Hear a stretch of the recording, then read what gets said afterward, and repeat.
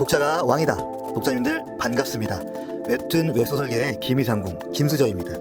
똥인지 된장인지 먼저 먹어보고 그 결과를 친절하게 알려드리고자 합니다. 오늘 소개해드릴 작품은 구독자님이 리뷰를 요청한 네이버 웹툰 급식 아빠입니다.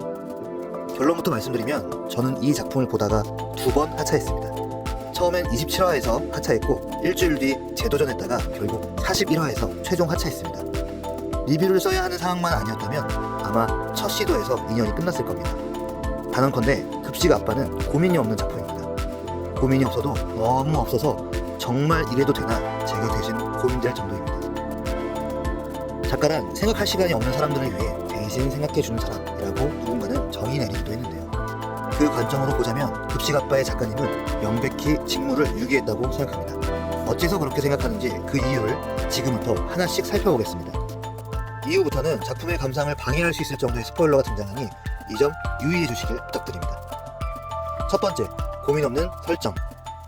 급식 아빠의 주인공 다현 아빠는 오래전에 죽은 웹툰 작가입니다. 귀신이죠. 저승으로 가지 못하고 이승에 남아 딸 다현이의 주변을 맴돕니다. 괴롭힘 당하는 딸을 위해 같은 반 고등학생에게 빙의하여 일진 무리들과 싸우는 것이 이 작품의 주요 줄거리인데요. 무엇보다 이 빙의와 관련된 설정에 문제가 많습니다. 우선 재채기를 하면 빙의한 주인공이 숙주로부터 튕겨져 나간다는 설정부터 기가 막힙니다. 이게 왜 문제냐면 일단 쿨타임이 엄청납니다. 한번 쫓겨나면 주인공이 다음날 아침까지 잠들어 있다 깨어나요.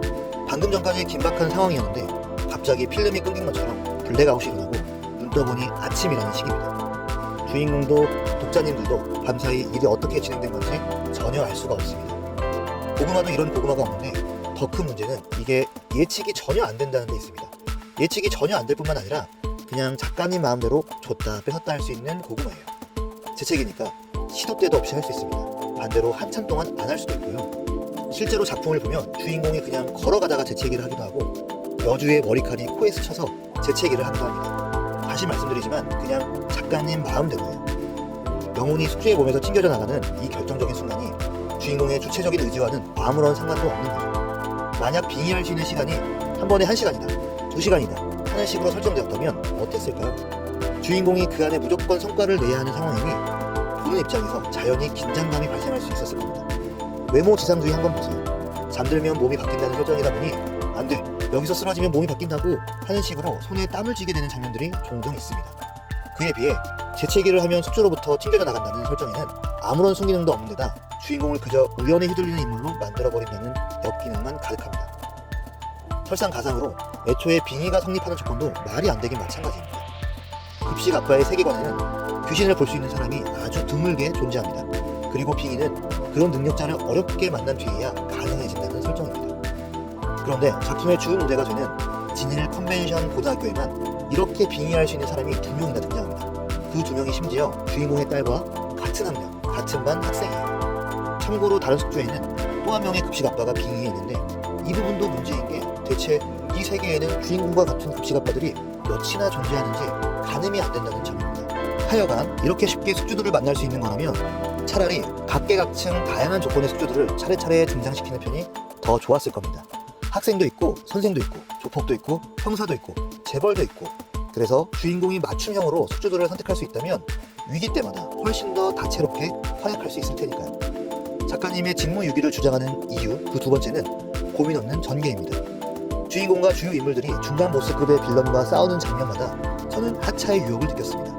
주인공 또는 주인공 파티는 아무리 봐도 불리한 상황에서 아무리 봐도 무지성인 것처럼 달려듭니다. 항상 중간 보스가 부하들을 잔뜩 데리고 있는 상황에서 덤벼들어요. 특히 개파무리와 일전을 벌이는 장면에서는 헛웃음이 나올 지경입니다. 진지하게 작전을 짠다고 짜는데 굳이 개파 학생들이 아지트에 잔뜩 몰려있는 상황에서 쳐들어가는 이유를 전혀 알 수가 없거든요. 결정적으로 주인공과 함께하는 또 다른 급식 아빠는 자기 딸이 납치될 수도 있음을 미리 알았으면서 아무런 대비도 하지 않습니다. 그러고 나서 딸의 친구가 납치되니까 아차, 상대가 생각보다 빠르게 움직였다 이러고 있어요. 이게 말이 되나요? 이거 말고도 하고 싶은 말이 산더미지만 일단 넘어가겠습니다. 작가님의 직무유기, 그에 대한 세 번째 근거는 고민 없는 해결입니다. 이야기는 도박과 비슷하다는 말이 있습니다. 하루 종일 잃어도 막판에 크게 따기만 하면 결국 승리할 수 있는 도박처럼 이야기도 막판이 중요하다는 논리입니다. 다시 말해 이야기란 초반은 물론 중반까지 심심해도 결말만 재밌으면 다 괜찮아진다는 거죠. 클라이맥스에서 주인공이 어떻게 문제를 해결하는가, 여기에 그 작품의 성패가 달려있다고 해도 과언이 아닙니다.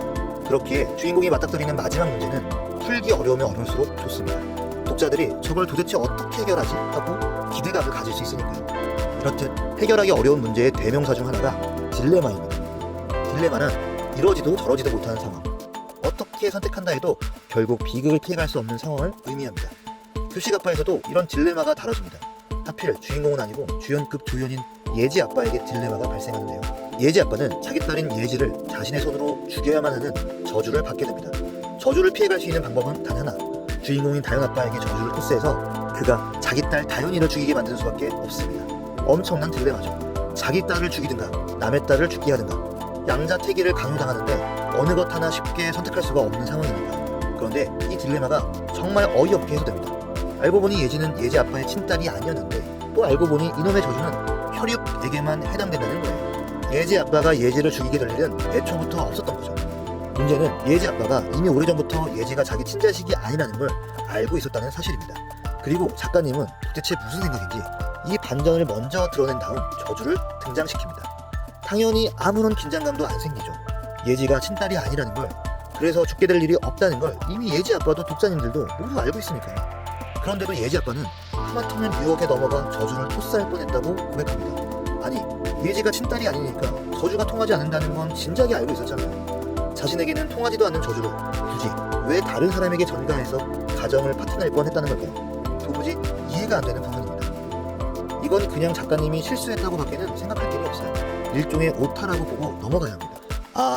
이 외에도 정말 말할 게 너무 많은데 말하다 보면 또 굳이 이런 것까지 지적해야 하나 현타가 올 것 같습니다.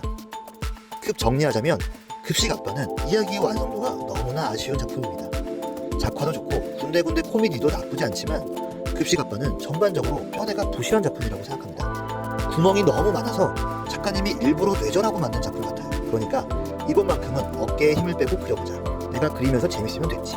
굳이 머리 아프게 고민할 거 있나? 딱 이 정도 각오로 접근하신 게 아닐까 하는 것이 저의 합리적 의심입니다. 오늘 준비한 김수저의 급식 리뷰는 여기까지입니다. 따라와 주셔서 감사합니다. 똥인지 된장인지 먼저 먹어보고 그 결과를 친절하게 알려드리는 김수저의 웹툰 가이드는 계속됩니다.